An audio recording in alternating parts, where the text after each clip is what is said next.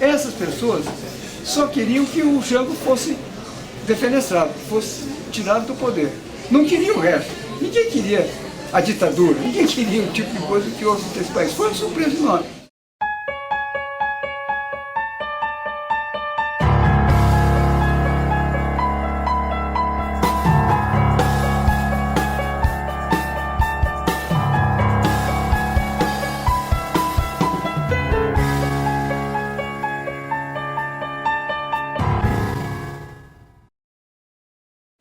Tinha acabado de chegar na Gazeta um ano antes. Estava começando a trabalhar, não na área jornalística, mas na área comercial. Entretanto, eu era muito ligado, como sempre fui, cada vez mais fascinado com a área especificamente de produção de matéria, de jornal, né? E foi para mim, ao longo da vida, uma alegria muito grande ter convivido com jornalistas e com o pessoal que trabalhava lá. O jornal Gazeta estava numa linha muito afinada com as reformas de base que o Jango queria fazer. O jornal vinha noticiando com uma expressiva firmeza essa situação quando houve essa interrupção com o golpe militar, né? Militar, cívico, empresarial, religioso, estava todo mundo envolvido com isso.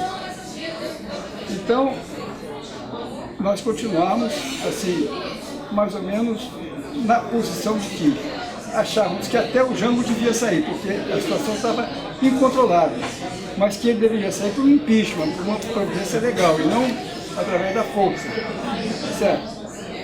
Mas o jornal não defendeu a ideia de ele ser impeachmentado, não. O jornal ficou calado.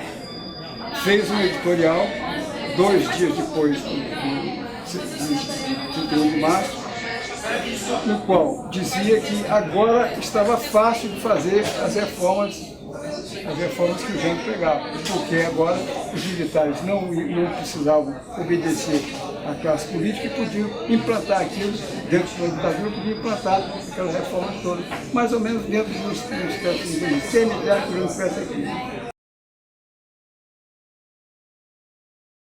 A Gazeta tinha muitos comunistas, principalmente na área das oficinas.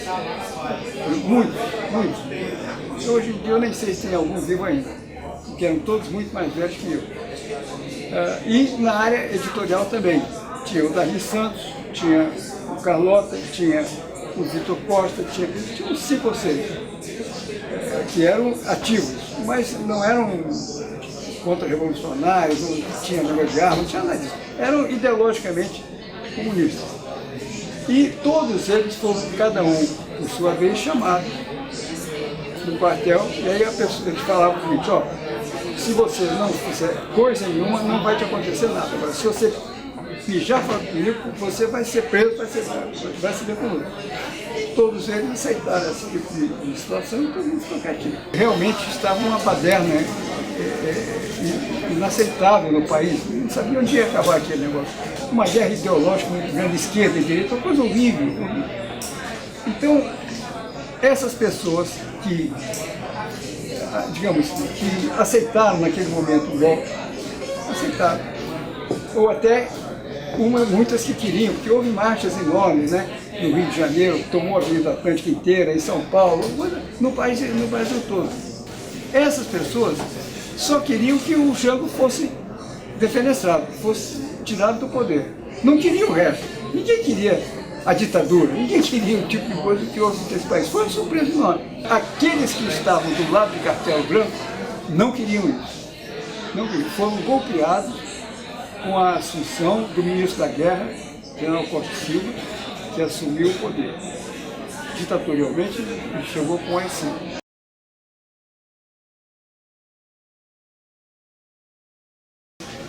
Aí eu soube que tinham substituído o meu então companheiro Eloy Nogueira da Silva, que é até longínquamente parente meu, por parte de pai, e tinha substituído pelo Darcy.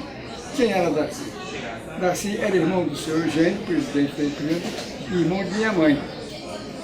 Militar reformado, homem da área de esporte, da área de lazer, de mente aberta, que certamente seria um camarada paisano, não seria nunca militar na Gazeta, e que foi assim uma espécie de um escudo para que não se imaginasse que tinha qualquer tipo de foco de reação aqui, né?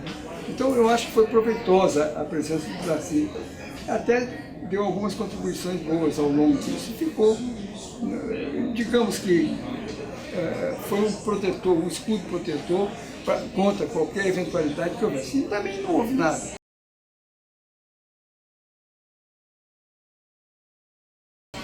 O que aconteceu? Em seguida, começou o período de censura. A censura foi implantada com muito vigor.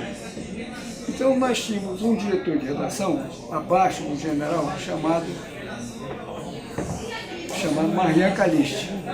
Marian Caliste teve a luminar ideia de colocar um quadro enorme nas escadarias da redação nossa, um quadro enorme, com uns clipezinhos embaixo, coisa que você não pode, e as censuras vinham em forma de bilhetinhos, papelzinho solto. Não publicar nada sobre Dom Helder Câmara. Aí ele pegava ali, pegava aquele negócio, e aquele quadro era mais visitado do que o jornal Gazeta no dia seguinte. O quadro era uma beleza, todo mundo queria saber a novidade, ia para ali, porque ali é que estava o quente, velho. E foi assim durante um longo período. Nunca vi na minha vida o censor. Eu sei da licença dele, que eu ouvi falar. E lá, pelo menos nesse tempo, o censor não ia bisbilhotar o que está sendo escrito, não fazia isso. Ele mandava um bilhete e ele era pregado na quadra lá. A censura se comportava a nível nacional. Não tinha nenhum censor capixaba censurando a atividade de político capixaba. Não tinha isso. Isso aí nunca teve, que eu soubesse, nunca teve. Não tinha nem estrutura para ter isso, tá certo? Quer dizer, esse negócio de censura é um negócio de cima para baixo. Sem dúvida alguma, nós temos um vácuo aí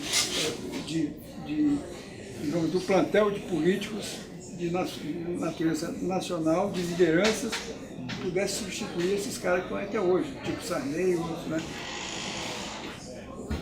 Coisa que precisava. Agora, na área de jornalismo, eu defino melhor, não sei se isso é verdade, mas defino mais antes e depois da criação do grupo jornalismo.